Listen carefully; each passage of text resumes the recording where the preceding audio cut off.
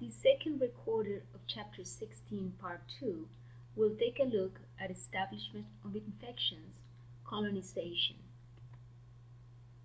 In order to cause disease, a pathogen must follow a series of steps. It must be able to adhere and invade its host.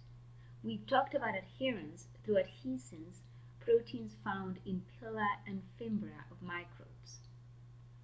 In this recording, we'll talk about colonization and the delivery of effector molecules, which helps organisms avoid host cell defenses and damage the host. In order to gain access to the host, organisms can adhere to this host's cells and cross these first barriers, skin and mucous membranes, in order to colonize deeper tissue.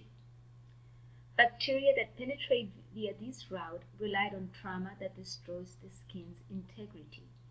We mentioned in Chapter 14 that the skin was the first line of defense, and it was an impenetrable barrier unless mechanical abrasion or damage of the barrier occurred.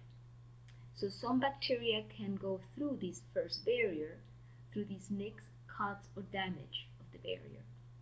For example, Staphylococcus aureus enters via wounds or cuts.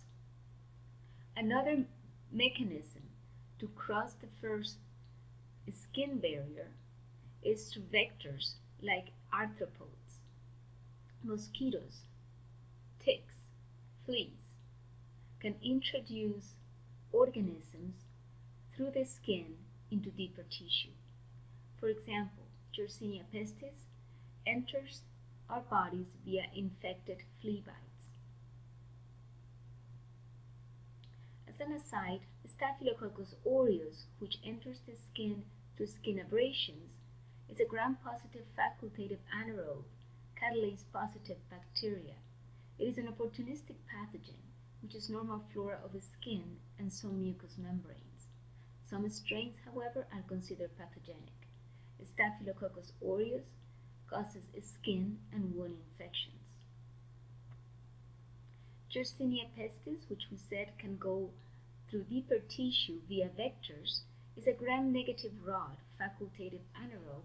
It is a member of the Enterobacteriaceae family.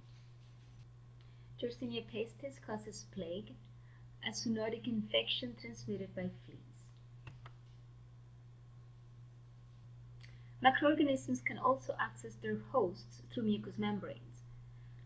These are one of the most common routes of entry, with the respiratory tract being the #1 mucous membrane that is used by microorganisms as a portal of entry. Once crossing mucous membranes, microorganisms will encounter the second line of defense, macrophages and phagocytic cells.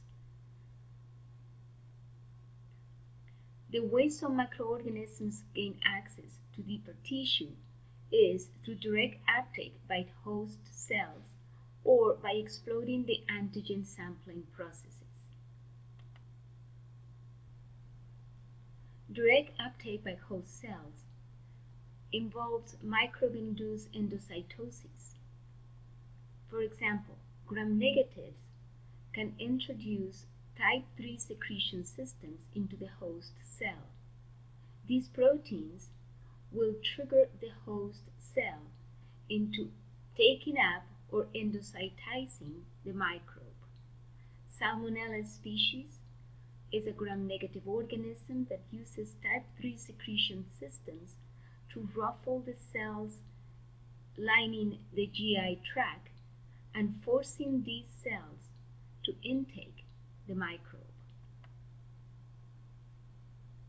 Here's a bacterial cell, gram-negative bacterial cell, producing type 3 secretion systems, which are a host of proteins that insert themselves into the host cell. These effector molecules inserted into the host cell will trigger the host cell into phagocytizing the bacteria. Once inside the host cell, the bacteria will be safe from the immune system of the host, and it may multiply or move into deeper tissue. Salmonella species are gram-negative rot members of the Enterobacteriaceae family. These are pathogenic organisms. They are motile, and they enter their host through the simple columnar cells of the GI tract. Type 3 secretion systems will be injected into the host cell, and it will force the host cell into taking up the bacteria.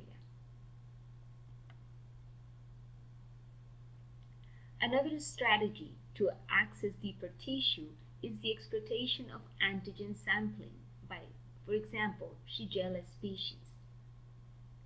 Specific cells in the GI tract lining of the host have the function of endocytizing bacteria or other components on the surface of the GI tract, and those endocytized particles are taken on to deeper tissue and given to phagocytic cells for destruction.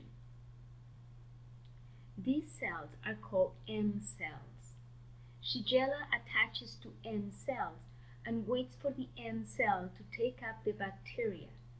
The M cell moves the bacteria across its cytoplasm and delivers it to phagocytic cells deeper in the connective tissue of the GI lining. Shigella then escapes the phagocytic cell and invades further GI tract lining columnar cells, inside which it is safe from the immune system of the host. Shigella can then move from cell to cell via a process called transcytosis. Shigella species like Shigella dysentery and Shigella flexneri are gram-negative rods, non-motile, facultative anaerobes, members of the Enterobacteriaceae family. Shigella species are considered pathogenic, and they are the cause of dysentery.